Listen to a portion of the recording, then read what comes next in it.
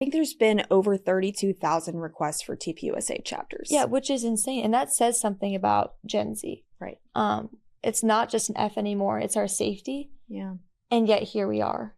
And that is a statement to Charlie's legacy, to his whole mission. And who we are as Gen Z, that we are willing to take this fight on.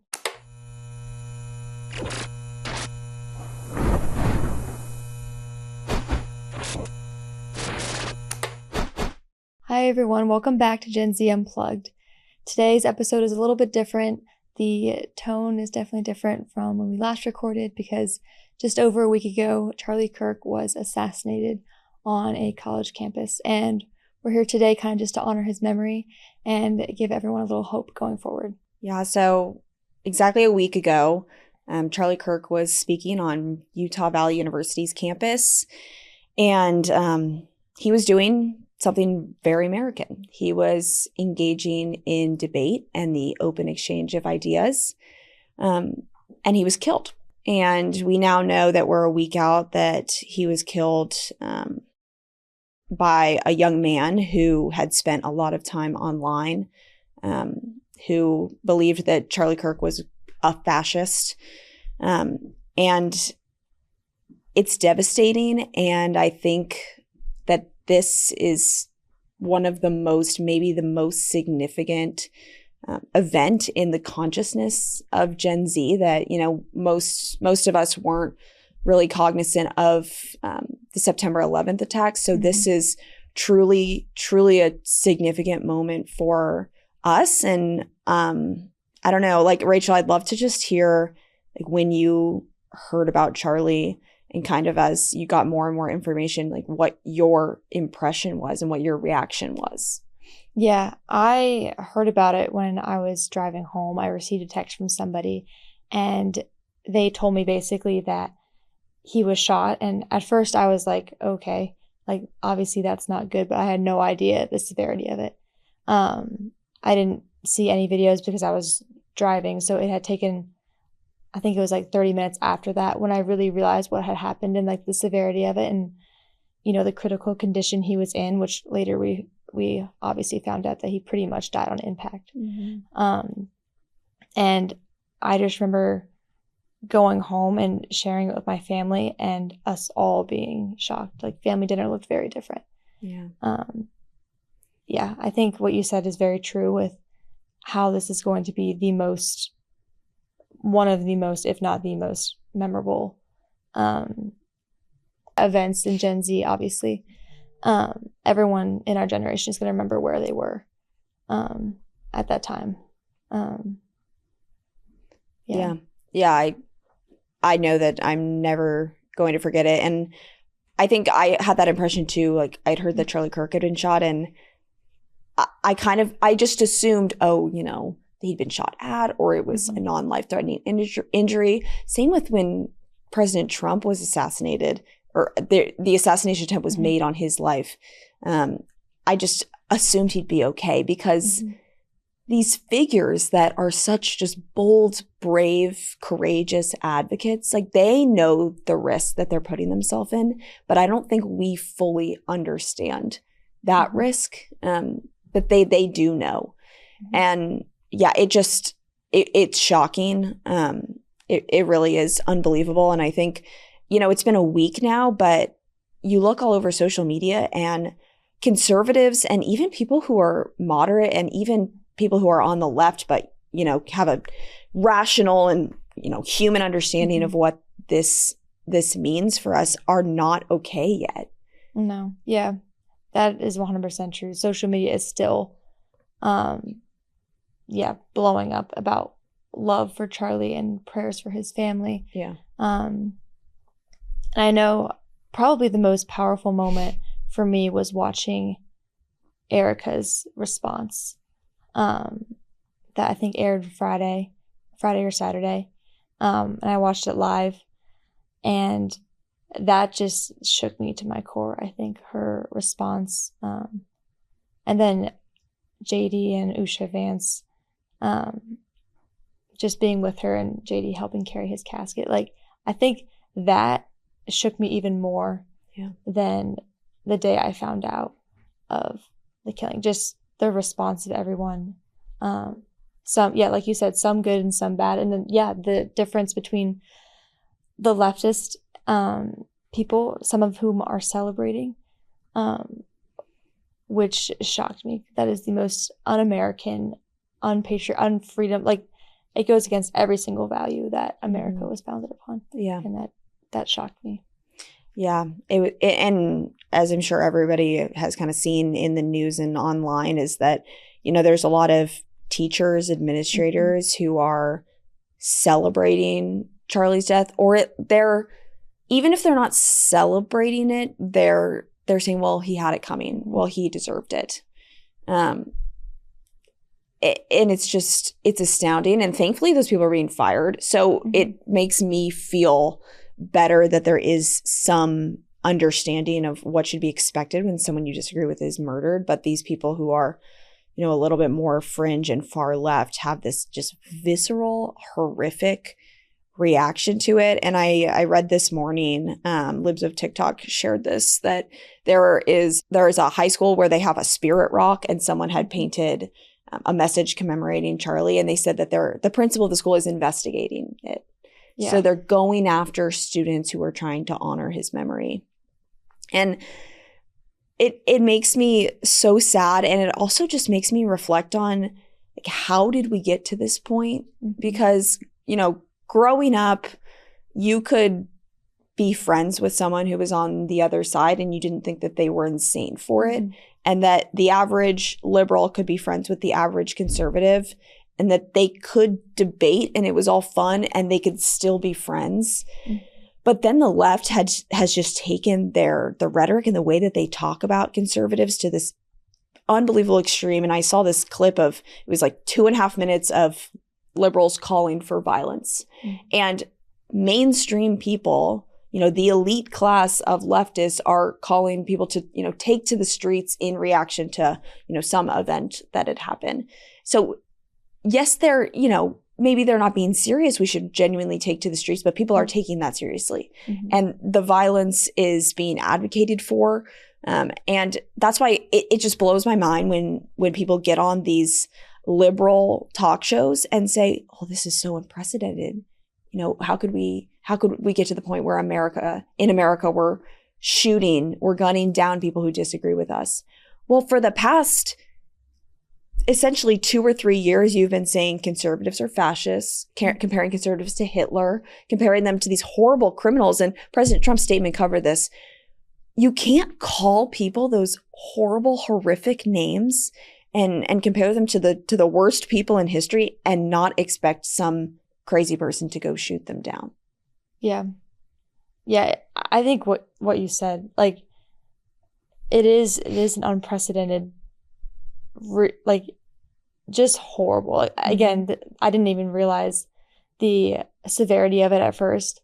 And then once I did know that he had passed, I was like, okay, this is a change.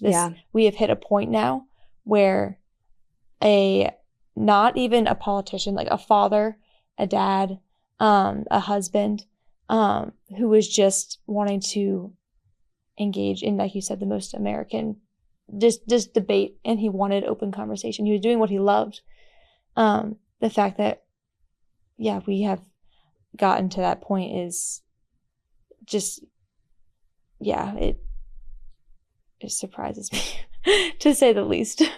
Yeah, it's astounding. But I do think, though, that I think the response of both sides, of conservatives pouring out their hearts and their love for Erica and the family, and then, the leftists who are doing the same thing, like showing love and that sort of thing. I think even the left is surprised by their own side. Yeah. Because there are some people, like you said, who aren't, moderate or even on the left that are, showing their love. And then when they see their peers in their same party, doing and not even celebrating or just saying he had it coming, I think there's a new level of shock even among leftists. Yeah. And a new realization that hasn't yet been seen from them. And I think it's interesting that obviously such a tragedy, but God is using it in a way that is waking people up. Yeah. And that's all Charlie wanted to do. Wake people up, have a conversation, have a debate.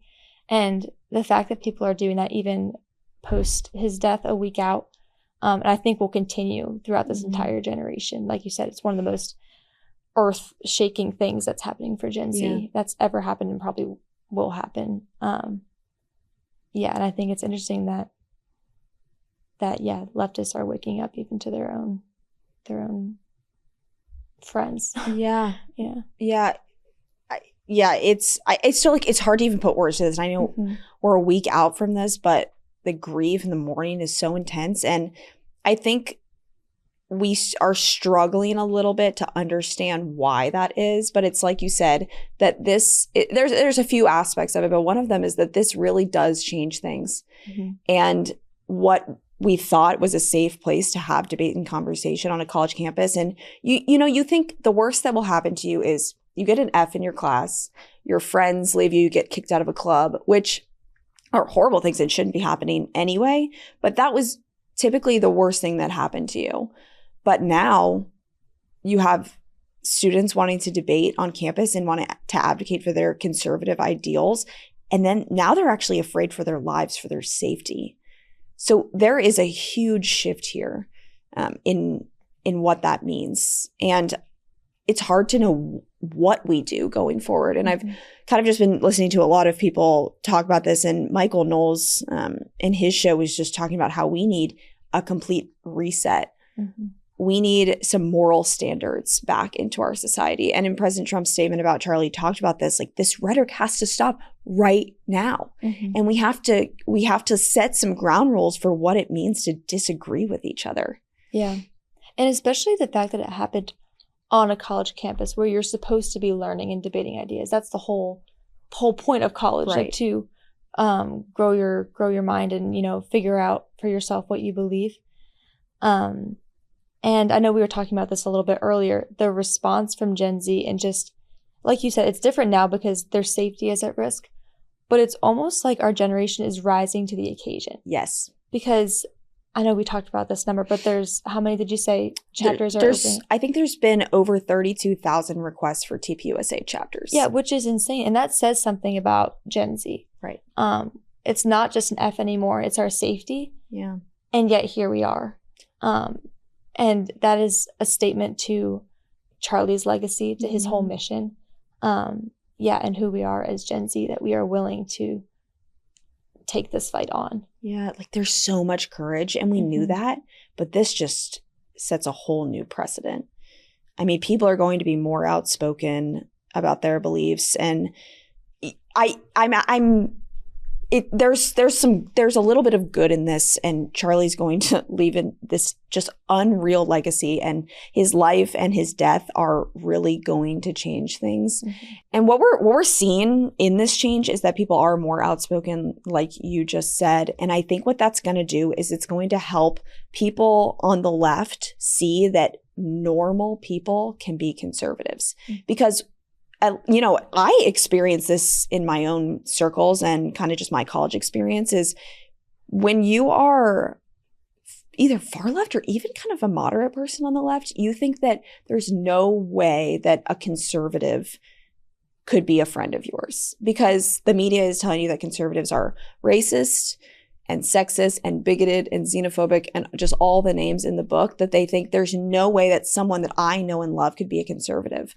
And so I'm on Instagram this weekend, and the amount of people who are posting rest in peace, Charlie didn't deserve this, all of these things in support of Charlie and conservatism, it is only going to help the left see that your cousin, your uncle, your classmate, your coworker, who you appreciate and who you like being around, holds values that Charlie Kirk was shot for.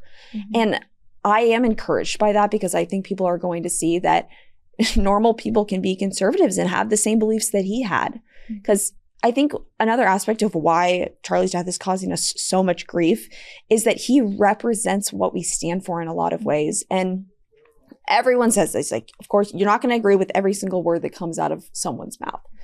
But he stood for principles, and the heart behind what he stood for is what we as conservatives and as Christians stand for. So this man was a symbol of a movement that resonates so much with us as Gen Z conservatives and even Gen Z moderates and independents who kind of think, you know, gender ideology is insane. It's a personal attack. So we have lost someone who represents us as a generation. Wow. Yeah. I think you said that absolutely perfectly. And, you know, he represents us as a generation. And then even us here at the center, like we work with college students all the time. That's like our main audience. So what we're seeing from them too is something similar. Like I know we spent this past week reaching out to, you know, our network, and yeah, these girls are courageous and said very similar things to you, and they've all been kind of saying the same thing. Like he was one of us. He had my same beliefs. And you know, I saw this video from someone on the left. She was like, another Gen Z woman was saying this. She was like, you know, the best thing about Charlie is that he wasn't a martyr and no one will remember him. And that was before, you know, everything blew up. And like just first of all, the irony of that statement, he was a representation of patriotism and of faith. And I think our college girls obviously know that. And I think he's just an inspiration for them, and things on their campus are probably going to look different. But they're ready. Yeah. I think our girls are ready. They're so ready. And just in texting them and chatting with them over the past week, the message that I hear over and over again is, I'm heartbroken, I'm devastated, I'm angry, but I'm more motivated than ever to continue this fight. And that is, I'm going to cry thinking about it. It just pays such a tribute to what Charlie lived and died for, so that these young women can honor him in the way that they, you know, stand up to professors who are being blatantly biased, the way that they want to debate with people on campuses. And like you said, it's going to look different. And I don't know how it's going to evolve. And we want to support them. We want to provide, you know, like security measures are just, we're going to increase that and provide security for our speakers, for our students, which we're more than happy to do. But they're, like you said, they're ready, and it's really, really encouraging. And I want to highlight, like you just mentioned, that like the way that Charlie represented faith. I've just been loving watching all these videos of him just articulate the gospel so clearly to people who need it. And there was one clip I saw which brought me to tears, is just for some context, you know, people on the left are painting Charlie as this transphobe, right? But Charlie is engaging on campus, and he has a student come up to the microphone, and she basically says, I know that I'm transgender. I've known since I was 11. And I'm looking into taking hormones and medicine for this. And she was actually looking for advice. She saw Charlie as, this is someone who disagrees with my lifestyle, but he also is knowledgeable enough on the negatives of this ideology that I want to seek his advice, which is so special that someone who, you know, has fallen into gender ideology would seek advice of him. It's amazing. So she asked about that and asked his opinion on taking drugs and hormone disruptors and all of that sort of thing to turn her into a man, you know, which is impossible, but that's what she was seeking. And he said, well, why don't you tell me your story? And he's being totally genuine. She tells him her story, and he says, thank you so much for sharing that. And then he goes, I'm going to tell you something that nobody else is going to tell you. I'm going to tell you that you should help your brain heal, and that you should align who you are now with who God made you to be. And we're both gonna cry. Yeah. And to me, that was just a perfect culmination of his faith coming together with his conservative values that are grounded in his faith and giving hope to someone who he completely disagrees with. So that's why I see online people saying he's a transphobe and he hated people. Like, watch this video of him showing so much love and care to someone that the left would tell you he hates. Yeah. It's just remarkable. So that was just a beautiful picture of what the gospel actually looks like in action.